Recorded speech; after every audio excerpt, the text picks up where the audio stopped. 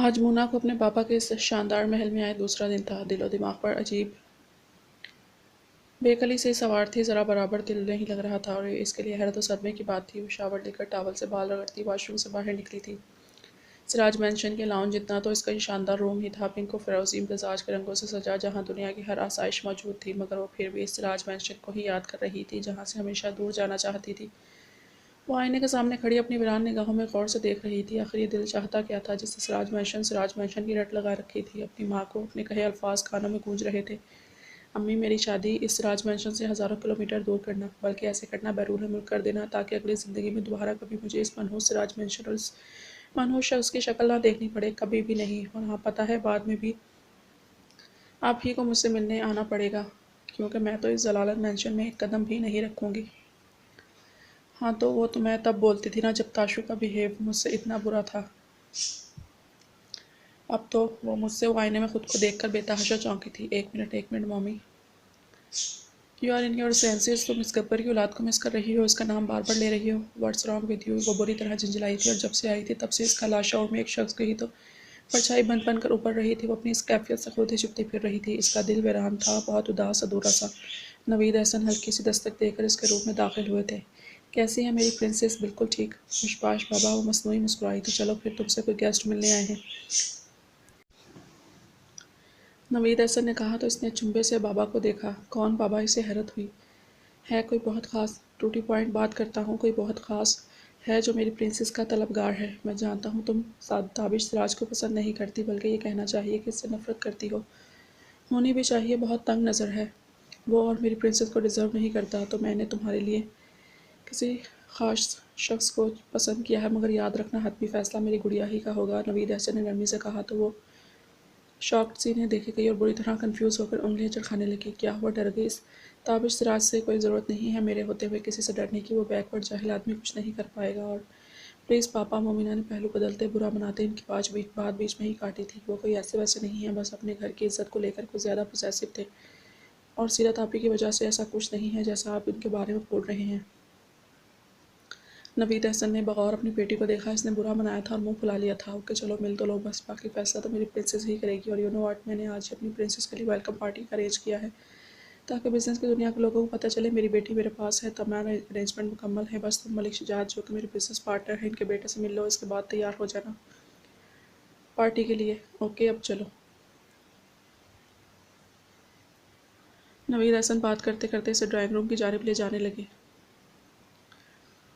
पहले कब वो इतना बोलते थे, मगर अब तो मोमी आ गई थी तो वो बहुत बातूनी हो गए थे। इनकी दानिश में मोमी इस रिश्ते से बिल्कुल खुश नहीं थी। सीरत की ब्रेन वॉशिंग ने ये बात इनके दिलो दिमाग में बिठा दी थी कि मोमी इस रिश्ते और ताबिश सिराज से नफरत करती है और ये महज ज़बरदस्ती का रिश्ता है।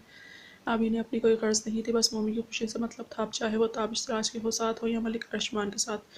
वो मोमिना का बाजू थामे ड्राइंग रूम में दाखिल हुए तो मलिक शुजात और मलिक अरशमान मोमी के एहसास में उठ खड़े हुए थे। अस्सलाम वालेकुम। मोमिना ने सलाम किया। वालेकुम सलाम।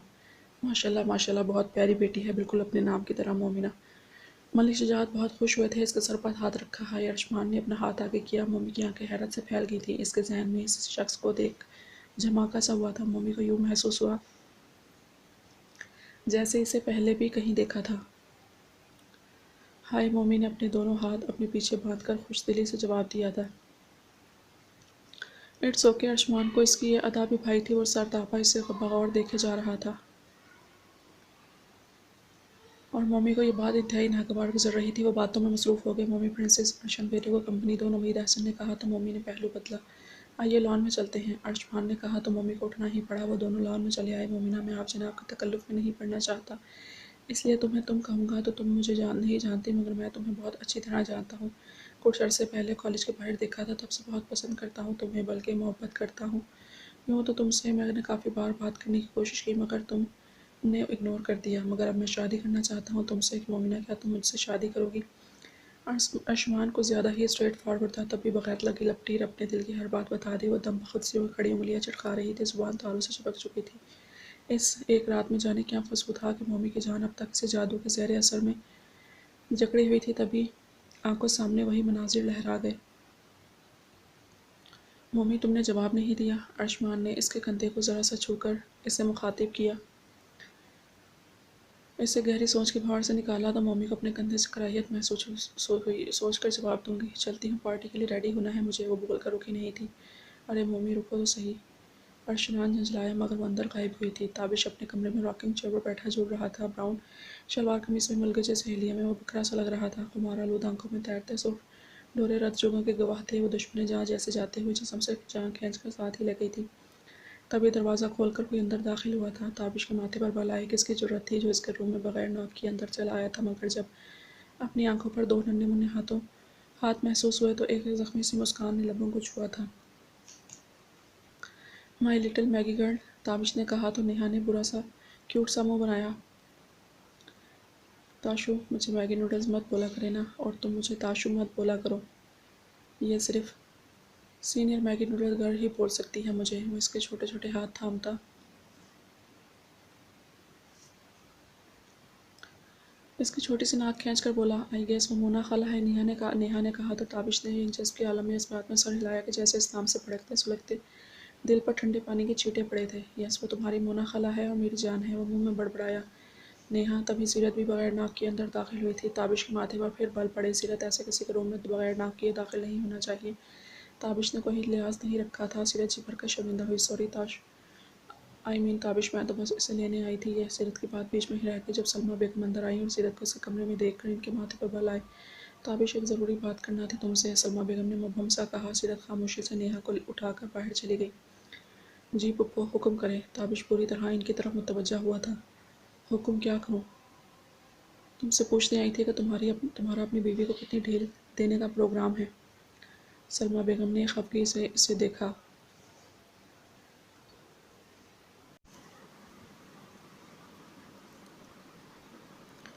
क्या मतलब पुप्पो? ताशु ने नासमझी से कहा। मतलब ये कि इसका बाप इसके लिए रिश्ते देखता फिर रहा है। तुमसे बेहतर कोई शख्स। सलमा बेगम ने ताबिश के सर पर पहाड़ तोड़ा। लेकिन ये बात मैं जानती हूँ कि इसके लिए तुमसे बेहतर कोई हो ही नहीं सकता। तो होश के नाखुन हो मलिक ताबिश। सिराज, इसे यूँ ढील देने का कोई फ़ायदा नहीं है। इसे इस रिश्ते का एहसास दिलाओ, अपनी मोहब्बत जताओ और अपनी अमानत के ज़माने के सर्दो करम से हिफाजत करके अपने पास ले आओ। ये क्या बोल रही हैं आप पुप्पो? आज इसे खो देने के डर से मलिक ताबिश सिराज की ज़िंदगी में पहली मरतबा ज़ुबान लटकाई थी। इसके जवाब में सलमा बेगम उसे सब बताती चली गई जो मोमी ने आज इन्हें फ़ोन पर बताया था, और यह भी कि वहाँ मोमी के लिए वेलकम पार्टी होने वाली है जिसे इस शख्स ने अरेंज किया है, जिसको नवीद एहसन ने मोमिना के लिए पसंद किया है। मलिक ताबिश सिराज को अपनी रूह फ़िज़ाओं में तहलील होकर फना होती महसूस हुई थी। सलमा बेगम जा चुकी थी। वो ड्रेसिंग की जानिब बढ़ा था। ड्रेस लेकर वॉशरूम गया था।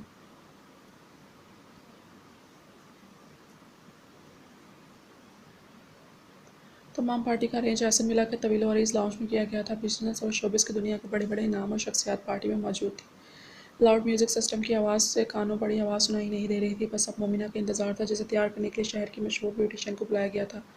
मोमी का ड्रेस भी अर्शमान लाया जो काफ़ी अजीब था, मगर ये बात मोमिना को मालूम नहीं थी। अभी अंदर बेड पर ड्रेस पड़ा था। पार्लर वाले ने से वो ड्रेस पहनने को दिया। वो खोई हुई से ड्रेस उठाकर वॉशरूम गई थी। ड्रेस पहनकर बाहर आई। पार्लर वाली ने नवीद अहसन के हुक्म के मुताबिक जल्दी जल्दी से तैयार कर दिया और खुद चली गई। आईने के सामने वो स्लीवलेस वाइट मैक्सी में हल्के मेकअप दुपट्टे के बगैर हीरो के टॉप्स पहने खुद को बगौर आईने में देख रही थी। कर्ली ब्राउन खुले बाल पूरी कमर पर आबशार की तरह फैले हुए थे। छोटा सा नफीस सा सिल्वर क्राउन सर पर बालों में से झांक कर इसे किसी रियासत की शहजादी बना रही थी। इतने में नवीद एहसन हल्की सी नॉक के बाद रूम में दाखिल हुए थे। तैयार हो प्रिंसेस? मुस्कुराकर पूछा। जी चलें। इनका बाजू थाम कर बाहर आई। सीढ़ियों से उतरकर स्पॉटलाइट इन दोनों पर पड़ी। महफिल में मौजूद हर एक निगाह इसके वजूद पर उठी और पलटना भूल गई। नीचे उतरकर लॉन्च के बीचों बीच आकर नवीद एहसन से सबसे मिलाने लगे। अर्शमान मुस्कुराता इनके पास आया था। Now it's my turn young man, Naveed Ehsan को कहते हैं इसने मोमी का गदास हाथ थामा और अपने दोस्तों की जानिब चल पड़ा। मोमी को अपने हाथ से कराहियत सी महसूस हुई। तभी चलते चलते इसने नरमी से अपना हाथ इसके गिरफ्त से छुड़ा लिया। वो इसके दोस्तों के पास पहुंची। अर्शमान जाने क्या क्या बोल रहा था। इसे तो बस इसके होंठ हिलते दिखाई दे रहे थे। वो तो किसी और ही दुनिया में पहुंची हुई थी। अर्शमान के दोस्त से बड़ी गहराई से गलीज़ निगाहों से देख रहे थे। क्या ये ऐसी गलीज़ आज़ादी चाहिए थी मुझे इतने सालों से, कि मैं शम्माए महफिल बन जाऊँ, मैं महज एक देखने वाला शोपीस बनकर रह जाऊँ, बस बेपर्दा मरकज़ निगाह रहूँ और हर गंदी निगाह मुझ पर उठे। मोमी को अपने आप से पार्टी में खुद पर उठती हर निगाह से घिन महसूस हुई। अर्शमान भी बहाने से इसके गदास बाजू को छू रहा था। इसका चेहरा बर्दाश्त की शिद्दत से लट्ठे की तरह सफ़ेद पड़ा। तभी वो उल्टे पैर अपने रूम की जानिब गई। मोमी किधर? अर्शमान इसके पीछे लपका। वॉशरूम जाना है, मुझे फ़्रेश होना है, तुम्हें कोई एतराज़ है? वो फनकार का बोली। अर्शमान गड़बड़ाया। वो सीधा अपने कमरे में आकर लॉक लगाकर वॉशरूम में बंद हुई। आईने के सामने खड़े होकर नम निगाहों से स्लीपलेस बाजू नोच कर नीचे करने चाहे, जैसे इसके खींचने पर वो फुल बाजू ही हो जाएंगे। कुछ गैर मामूली महसूस हुआ तो आईने से अपने पीछे निगाह उठी। वो दीवार से टेक लगाए नम शिकवा निगाहों से इसे देख रहा था, जैसे कहना चाहता हो, क्या ये दुनिया की गंदी निगाहों से इसलिए सहद सहद कर सिर्फ अपने लिए रखा था कि आज वो यूँ गैरों के लिए एंटरटेनमेंट का सामान बन जाती। मोना पीछे मुड़कर आईने से लगी थी। ताशु आहिस्ते से चलता इसके करीब आया था। मोना ने करीब आने दिया। ताशु ने पीछे हाथ बांध रखे थे। जब सामने किए तो हाथ में वाइट कलर का अपर और स्कार्फ था। ताशु इसके बेहद करीब था, तभी इसके कंधों पर अपर फैलाकर उड़ा दिया। वो निगाहें झुकाए खामोशी से खड़ी थी। कोई रद्द-ए-अमल नहीं था, जैसे पत्थर की हो गई हो। इस वक्त ताशु की निगाहों में देखना जिंदगी का सबसे मुश्किल काम था।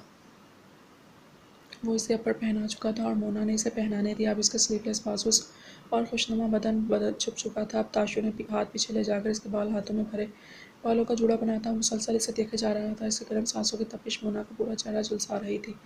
अजीब बात थी, न ताशु के छूने से कोई बेचैनी हो रही थी, न देखने से कील महसूस हो रही थी, बल्कि एक तहफ़्फ़ुज़ व पाकीज़गी का अजीब सा एहसास था। जूड़ा बन चुका था तो अब इसका अवसर पड़ दिया और पाकिट में से हिजाब पेच निकाल कर पास बने स्टैंड पर रखी।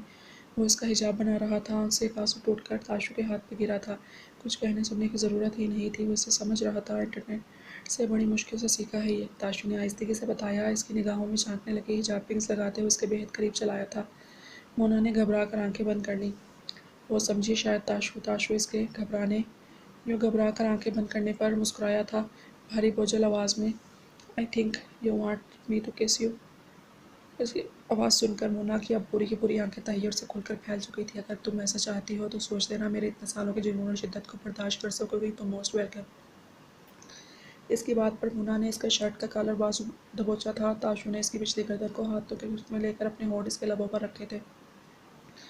इसकी रेड लिपस्टिक तेज़ी से फैल रही थी। पहनाया गया अपर और हिजाब भी बिखर रहा था, मगर आज मोमी ने इसे दूर हटाने की कोशिश बिल्कुल नहीं की थी। तो क्या वो चाहती थी कि ताशु इसे छुए, इसकी मर्जी के जितना करीब चलाए, इसकी सांसों की खुशबू अपनी सांसों में बचाए। सबसे बढ़कर क्या ये खुद सुपर्दगी का आलम था। ताबिश पागल हो चुका था, शायद तभी इसके उदास होठों को आज़ादी देकर अब गर्दन की गहराइयों में उतरने लगा था। मोमी ने आंखें बंद कर रखी थी और सितमगर की शर्ट कंधों से मुट्ठियों में जकड़ी हुई थी। कमरे के दरवाजे पर दस्तक से दोनों होश में आए थे। ताबिश कुछ कहे बगैर इससे मसरूर सा अलग हुआ था। आज वो इसे जितने सवालों का जवाब तलब करने आया था, वो खुद ब खुद ही इसे मिल चुके थे। मोना इससे शिद्दत से निगाहें चुराने लगी जब इसकी कलाई ताबिश की सुलगती गिरफ्त में आई थी। ताशु प्लीज़, इसके लहजे में आजिज़ी थी, मगर इसका ताबिश सिराज पर उल्टा ही असर हुआ था। झटके से इसे अपनी जानिब खींचा। वो कटी डाल की तरह इसके कुशादा सीने से आ टकराई थी। ताबिश ने इसके निचले लब पर दांतों से कट लगाया था। अब की बार मोमी ने इसके पागलपन से आजिज़ आकर इसे खुद से दूर धकेला था। वॉशरूम से निकलकर दरवाजे तक आई। होश देयर, सांस अभी तक उथल पुथल थी। प्रिंसेस क्या हुआ, पार्टी छोड़कर क्यों चली आई बेटा? नवीद अहसन ने इसे आवाज़ दी तो उसकी जान फिर बेजान हुई थी। फ्रेश होने आई थी बाबा, आती हूँ। अब वो क्या कहती तो आई तो फ्रेश होने थी, मगर इस बंदे ने इसके 14 तबक रोशित कर दिए थे। भाग कर आईने के सामने गई, अपर और हिजाब दुरुस्त किया, टिश्यू से रगड़ कर लिपस्टिक साफ की, मेकअप दोबारा दुरुस्त करके लाइट पिंक सा ग्लास लगाया और कमरे से बाहर भाग गई। वो मुस्कुराता वॉशरूम से बाहर निकला। जानता था इसकी मौजूदगी में निकलता तो वो आज जितना खुद से और ताबिश की बेबाकियों से घबरा चुकी थी। मलिक ताबिश सिराज के सामने जैसे जान ही दे देती। वो फैल कर बेड पर लेटकर इसकी खुशबू अपने आसपास महसूस करने लगा है, जिसका सिराज पेंशन लौटने का खास प्रोग्राम नहीं था। इसके 14 तबक तो रोशन कर ही चुका था, अब दिन में चांद तारे दिखाने का भी पक्का इरादा रखता था। तभी वहाँ मौजूद था। चंद घंटों बाद वो पार्टी अटेंड करके रूम में दाखिल हुई तो दरवाजे के पीछे खड़े ताबिश ने इत्मीनान से क्लोरोफॉर्म से भरा रुमाल इसके मुंह पर रखा था। वो मछली मगर जल्द ही होशो खर्द से बेगाना इसकी बाहों में आ गिरी। ताबिश गहरा मुस्कुराया था। वो अपना सामान इत्मीनान से पैक कर रही थी और कमरे में इधर उधर चक्कर लगाता बुरी तरह झंझला रहा था। जालिम समाज ने रुखसती वापस ले ली थी। ताशु मोमी को लेने गया था। अब 3 दिन बाद शहर के बड़े हाल में एक बहुत बड़ा रिसेप्शन था, जिसके बाद इनकी दुल्हन ने बाकायदा तौर पर इनके कमरों में पहुंचाई जानी थी। सयाम कड़वे मुँह बनाता दांत खिचखिचा रहा था। ये दाजी का खून था और सड़े बैंगन को सरतापा जलाकर छेड़ दिया गया था। अब तो अपने कमरे में एक सेकंड भी वो मौजूद ना होती तो दिल बैठने लगता, गुजरा के सिर्फ पोषण से ही निकाल दिया जाए। वो अरफा का चोरी चोरी मुस्कुराना देख रहा था। इस सड़े बैंगन का फक चेहरा देख अरफा दांतों तले लब दबाकर अपनी हंसी कंट्रोल करने की कोशिश में हलकान हुई। तभी वो जारहाना तेवर लिए इसकी जानिब लपका। अरफा भागकर ड्रेसिंग में बंद होना चाहती थी, मगर इसकी एक कोशिश सयाम ने बुरी तरह नाकाम बनाई। वो अब खुलकर कह लगाकर हंसी। सयाम ने सख्ती से इसे कमर से जकड़कर खुद में बींचा। इस गुस्ताखी का मतलब आईब्रोज का ही, आपकी ये सड़े बैंगन जैसी शक्ल देखकर हंसी आ रही है। वो हंसी गई। सयाम को भी हंसी आई, मगर पी गया। और मुझे ये तुम्हारा ताज़ा ताज़ा लश्कारे मारता पिंपल बड़ा अच्छा लग रहा है। सयाम ने इसकी दुखती रग पर हाथ रखा। क्या, किधर? Siam Ono. एंड रिसेप्शन के मौके पर पिंपल नॉट अगेन। अरफा का दिल किया इस पिंपल का सर फोड़ दे, तभी वो रोने वाली हो गई और इसे दूर हटाकर आईने की जानिब देखा ताकि अपना ताज़ा ताज़ा पिंपल देखकर इस पर मातम कर सके। तुम्हारे देखने से वो क्या डर के मारे गायब हो जाएगा? सयाम ने इत्मीनान से कहा और इसे बाहों में भरे रखा। सयाम हटे पीछे, मुझे देखने दे किधर है। वो झिझलाई, मूड बुरी तरह ख़राब हुआ था। पिंपल वाली दुल्हन, अब सयाम मज़े ले रहा था और इसकी झिझलाहट से। तभी झूठ बोलकर दांतों तले लब दुबा रखा था। किधर है ये देखो, इधर है ये देखो। सयाम ने इसके नाक के पास इशारा किया। किधर? अरफा को वश पड़ा, अपना चेहरा टटोला। इधर। सयाम ने इसके नाक के करीब अपने लब रखे। सयाम में इस पिंपल के साथ दुल्हन नहीं बनूंगी, इसने मुँह बसूरा। गुड, ये तो अच्छा फैसला है। तुम ताजी से जाकर बोलो दुल्हन नहीं बनना तुम्हें, बस ऐसे ही मेरे पास रहना है, कहीं नहीं जाना। वो मतलब की बात पर आया। अरफा ने इसकी इस बात पर मशकूक निगाहों से देखा। सयाम का कहकहा छूट गया। बहुत बुरे हैं आप सयाम, मेरा सारा मूड ख़राब कर दिया। अरफा ने बुरी तरह मचलते इसके सीने पर मुक्के बरसाए। सयाम हंसे गया। इसकी गिरफ्त से निकलती अपना सामान उठाकर रूम से निकलना चाहती थी जब सयाम ने तेज़ी से आकर डोर लॉक किया। अरफा ने आईब्रो झुकाई जैसे पूछना चाहती हो, अब क्या मसला है आपके साथ? अब अगर जा ही रही हो तो अपने शौहर पर इतना जुल्म ढाने के जुर्म की पादाश में मैं तुमसे खराज वसूल करने वाला हूँ। सयाम ने इत्मीनान से कहा। क्या मतलब? अरफा का कॉन्फिडेंस फ़ौरन चूका। मतलब समझाने का वक्त नहीं है मेरे पास। सयाम ने अजलत भी से बाजू में भरा। इसके इरादे समझकर अरफा ने अपना माथा पीटा। सयाम छोड़े मुझे, वो चिल्लाई और दांत किचकिचाए जैसे दांतों के तले सयाम की गर्दन काटेगी। मगर जब इसने इसे बेड पर लिटाकर अपनी मनमानियाँ शुरू की तो अरफा को खुद को इसके सुपर्द करना ही पड़ा। वो पार्टी में हिजाब और अपर के साथ आई थी तो नवीद अहसन ने मुस्कुराकर इसे देखा और इसकी जानिब आए। पहले तो मेरी प्रिंसेस सिर्फ अच्छी लग रही थी, मगर अब तो गॉर्जियस और बहुत ब्यूटीफुल लग रही है। नवीद अहसन ने इसकी तारीफ़ की तो वो मुस्कुराई। पहले जो इसे पार्टी में ऑकवर्ड सा फील हो रहा था, वो बड़े कॉन्फिडेंस से अपने बाबा का बाजू थामे सबसे मिल रही थी। अर्शमान फिर करीब आया था तो मम्मी का हलक कड़वा हुआ। हे गॉर्जियस, ऐसे भी बहुत ब्यूटीफुल लग रही हो, अर्शमान ने कहा और बगौर से देख रहा था। थैंक्स, वो इतना ही बोल पाई। मगर अभी तो तुमने रेड लिपस्टिक लगा रखी थी। अर्शमान की इस बात पर मम्मी के माथे पर बल आए थे। अभी इतना पर्सनल सवाल पूछने का कोई हक नहीं दिया मैंने आपको अर्शमान, मम्मी ने संजीदगी से कहा। यानी तुम मुझे मेरी लिमिट्स बता रही हो? अर्शमान पूछ बैठा। जी बिल्कुल, मम्मी ने भी बेलचक अंदाज में कहा।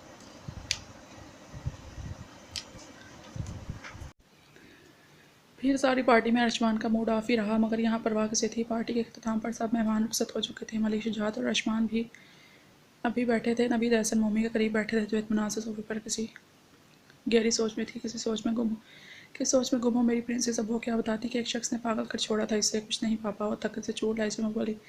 कैसा लगा तुम्हें अर्शमान? मैं जानता हूँ फैसला करना मुश्किल है, मगर इतना भी नहीं। वो मलिक ताबिश सिराज काफ़ी अजीब बंदा है, छोटी और तंग ज़हनियत का मालिक। सारी ज़िंदगी घुट घुट कर गुजारोगी। अर्शमान काफ़ी ब्रॉड माइंडिंग बंदा है, खुलकर जीने वाला। और पापा प्लीज़, वो जैसे भी मेरे शौहर हैं, अगर अपनी चीज़ों को लेकर, वो खुद से और जुड़े लोगों को लेकर, बल्कि ख़ास तौर पर मुझे लेकर पॉजेसिव हैं, तो मुझे तंग नज़र और छोटी जहनीत के भी कबूल हैं कि वो नहीं चाहते मुझसे पर ज़रा सी भी किसी गैर की नज़र पड़े। और अगर मुझे बड़े बाज़ार में नंगे सर ले जाना पसंद करे तो मैं लानत भेजती हूँ ऐसे ब्रॉड माइंडेड पर। सॉरी पापा, ये मेरी ज़ाती राय है, आपको मुत्तफ़िक होना ज़रूरी नहीं है। पहले मैं चिढ़ती थी इस बात पर, मगर आज मुझे रियलाइज़ हुआ कि वो तो चाहते थे कि इनकी अमानत को दुनिया से छुपा कर रखें। मुझे अच्छा लगता है जब वो मेरी हिफाजत करते हैं, मुझे अच्छा लगता है जब वो मुझे ज़माने के सर्दो गर्म से बचाते हैं, मुझे अच्छा लगता है जब वो मेरी इतनी केयर करते हैं। रही बात इनके साहब का रवैये की, तो इनके पास ठोस वजूहत थी, जिनमें से सबसे बड़ी और काबिल ज़िक्र तो वजह यह थी कि एक ऐसी लड़की जिसके माँ बाप भी इसके पास नहीं थे, कहीं वो माशरे की किसी बुराई का शिकार ना हो जाए, इसके कदम तक भगा ना जाए। कुछ वक्त लगा, मगर मुझे समझ आ गई। नवीद अहसन ने इसे बगौर देखा। कैसे वो जानबूझकर की गई मलिक ताबिश सिराज की बुराई चरखी थी। यूँ तो वो अपने दिल की बात पर लबों पर लाने वाली नहीं थी, तो ऐसे ही सही और अपने दिल की हर बात बताती चली गई। वो बोलकर अपनी उंगलियां चटखाती खामोश हुई थी। वो जो अपना मोबाइल किचन में चार्जिंग पर लगाकर भूल गया था, वापस लेने आया। भूमि का एक एक लफ्ज़ इसके दिल को नेज़े की अन्नी की तरह चीरा था। अरे अर्शमान, क्या हुआ बेटा? नवीद हसन ने कहा तो मम्मी ने चौंक कर सर उठाया और इसका धुआं धुआं चेहरा देखा। कुछ नहीं अंकल, अपना फ़ोन लेने आया था।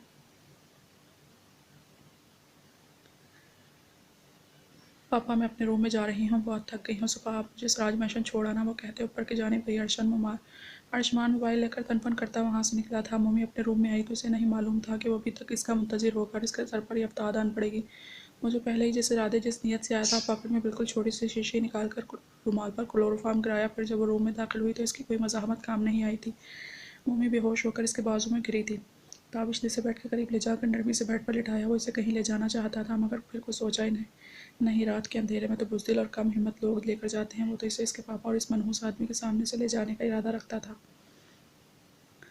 कल जब वो पार्टी में आया था तो सिर्फ नवीद अहसन ने इसे देखा था, मगर वो इस शख्स का बहाने बहाने से इसे छूना अच्छे से देख चुका था।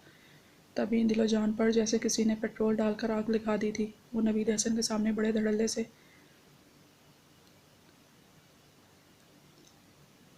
मोमी के कमरे में आया था। जैसे वो जी जान से चला था इस बंदे को बावर करवाना अदा ज़रूरी था कि वो इसकी मिल्कियत है, किसकी इज्जत है, जिसे वो आँख उठाकर देखने को भूल कर बैठा था। ताबिश ने पलट कर इसे देखा। इसके जिस्म पर इसके शख्स का लाया लिबास देखकर ताबिश को फिर आग लगी। कुछ सोचकर मुस्कुराया, कमरे की लाइट ऑफ की। फिर पहले इसका अपर और हिजाब नरमी से रिमूव किया। फिर रूम में मैक्सी के जिप खुलने की आवाज़ गूंजी थी। कुछ ही देर बाद इसने उठकर लाइट जलाई तो मोमी के जिस्म पर ताशू की शर्ट थी और वो वाइट मैक्सी फर्श पर पड़ी थी, जिसकी शायद यही औकात थी। बल्कि ताशू का तो इसको आग लगाने का दिल कर रहा था, मगर वो इस मोमी गुड़िया की जानिब मुतवज्जा हुआ बेड पर नीम दराज होकर इसके कमर में हाथ डालकर इसे अपने सीने पर गिराया और खुद भी सोने की कोशिश करने लगा।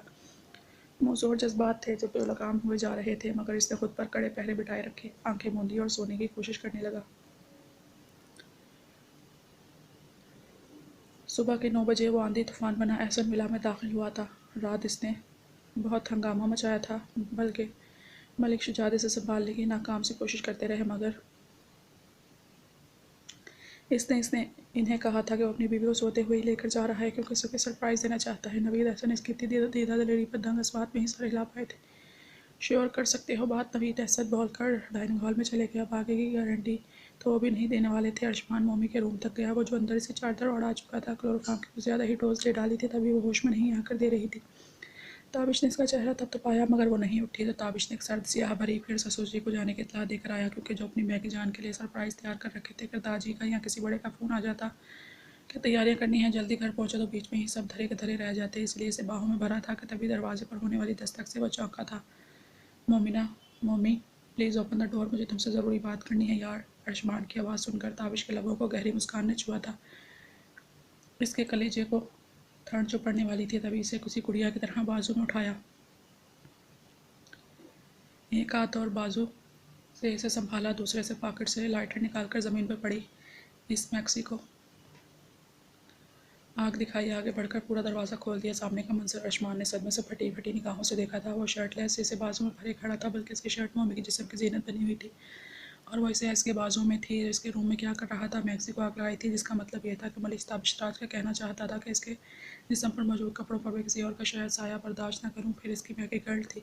जी, कोई काम था आपको मेरी बीवी से? ताबिश का सरसराता लहजा अर्शमान के कानों और आंखों से लहू निकल रहा था। जैसे, प्लीज़ जो भी बोलना है जल्दी बोले, मैंने ससुर जी को बोल दिया है अपनी बीवी के साथ कुछ स्पेशल पर्सनल प्लान कर रखा है, तो हम लेट हो रहे हैं। वो अजलत भरे अंदाज में लापरवाही से बोला। जब अर्शमान खामोशी से एक साइड हो गया तो इत्मीनान से कंधे उचकाता इसे बलिए बाहर निकल आया। लाकर नरमी से इसे फ्रंट सीट पर बिठाया और जंग से कड़े निकाल ले गया। पीछे अर्शमान ने अजीब सी नज़रों में फिजा में उठते धुएं को देखा था।